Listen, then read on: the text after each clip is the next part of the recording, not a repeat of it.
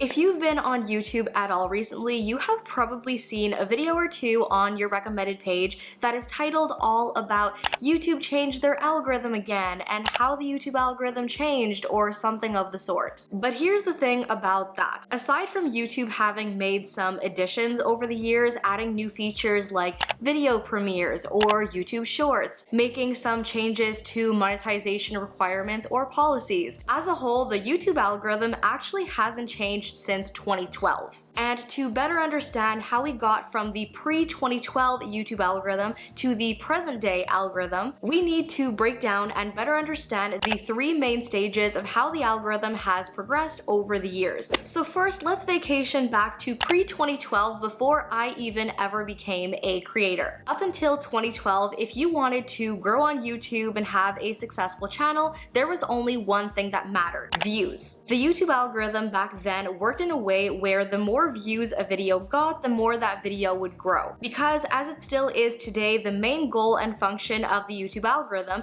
is to keep every single viewer on the platform for as long as possible. So the thinking of the algorithm back then is, if these are the videos that have millions and millions of views, let's push out the most viewed videos so that more people watch them and more people stay on YouTube for longer. However, then began a growing trend and problem known as clickbait. Creators back then were able to totally game the system by having misleading titles and thumbnails on their videos to get people to click onto their videos thinking they're getting one thing and ending up getting a totally other thing. But it really didn't matter how long people actually watched their videos for or whether or not they clicked right off the video, because as long as you got the most clicks and the most views possible, your video was going to blow up. So as this growing trend became more and more of a problem, this is when YouTube made their first significantly massive algorithm change back in 2012. This is when they moved all of the algorithm emphasis off of views and moved towards metrics like watch time, view duration, audience retention, and session time. It no longer mattered how many clicks or how many views your videos got, it mattered much more, like it does today, how long you're able to hold the viewer for, how long they stay on your video before clicking off, and how long they stay on YouTube after watching your video. Depending on your audience size, your video could get 100 views in 10 minutes or your video could get 50,000 views in 10 minutes. But after that first initial wave of views that your video would gain, the algorithm would then look at the view duration, the watch time, and session time to then decide whether or not to keep pushing out your video. And this is when we really began to see a massive crash in the performance and growth and success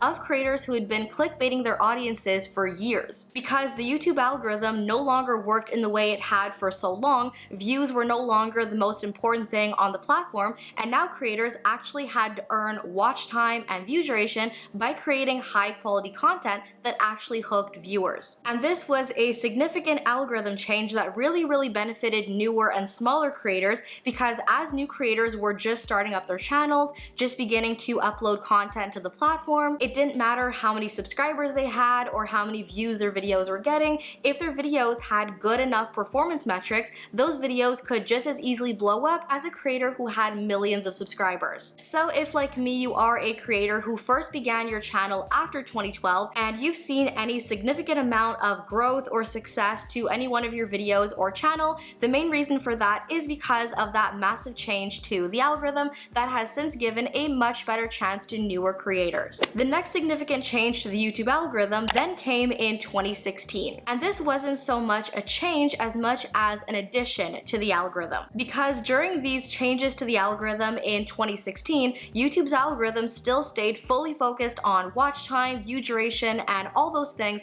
that they had first changed back in 2012. However, in 2016, once AI began to be on the rise, all these different social media platforms and websites were creating AI systems and using AI systems. This is when YouTube created and added a learning machine to its algorithm that sort of functioned like a sorting machine for the platform. Rather than your recommended page on YouTube being full of videos that performed really well regardless of your interest in the topic and or the creator, this new AI system that YouTube had just created and added to the already existing algorithm worked in tandem with the YouTube algorithm to sort the best content to the best possible viewer. Which is why beginning in 2016, as it is now, your YouTube recommended page is full of creators you watch most often, the topics you watch most most often, topics you have recently searched for, creators you have recently searched for, creators and content relating to your recent search history and your recent watch history. Again, going back to that main purpose and goal of YouTube's, which is to keep every single viewer on the platform for as long as possible. Back in 2016, as it does now, the algorithm was focused on serving every single viewer the content they're most likely to watch to keep them on YouTube for as long as possible. Bringing us to present day YouTube and the present day YouTube algorithm,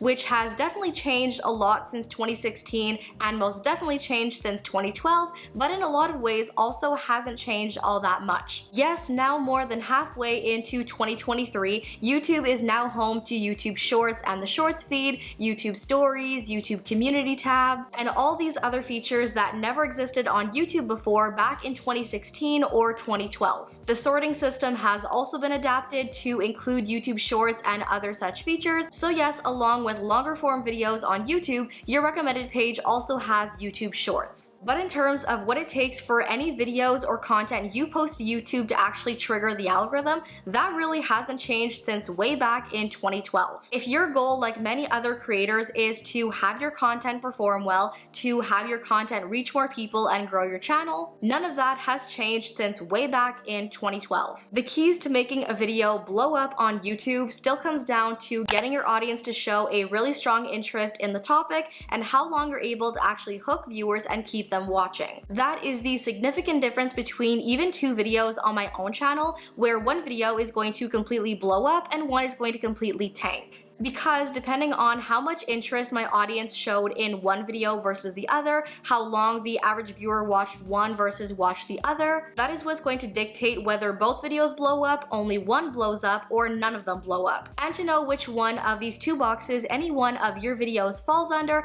all you need to do is look no further than your own analytics. In the analytics of any one of your videos, YouTube is going to explicitly explain to you why a video either skyrocketed or tanked. So if you're a creator and you feel like you're hearing a little bit too often that the algorithm changed again and your initial reaction is not again, not another change, don't worry about it. The YouTube algorithm does not change nearly as often as people say it does, and usually those are just clickbait titles. And in the event that YouTube does actually make a change to the platform, it's usually more of an addition than it is a switch up. Audience interest and performance have been king on YouTube since 2012, and that's not changing anytime soon. You and I as creators do not need to be constantly stressed about, oh my god, is the algorithm changing again? Did YouTube change things again? Because it most likely didn't. So that, you guys, is everything I had to share in today's video. I hope this video was insightful or helpful in some way, shape, or form, and I hope you guys enjoyed. As always, thank you all for watching. I love you all to the moon and back, and I'll see you in my next video. Bye!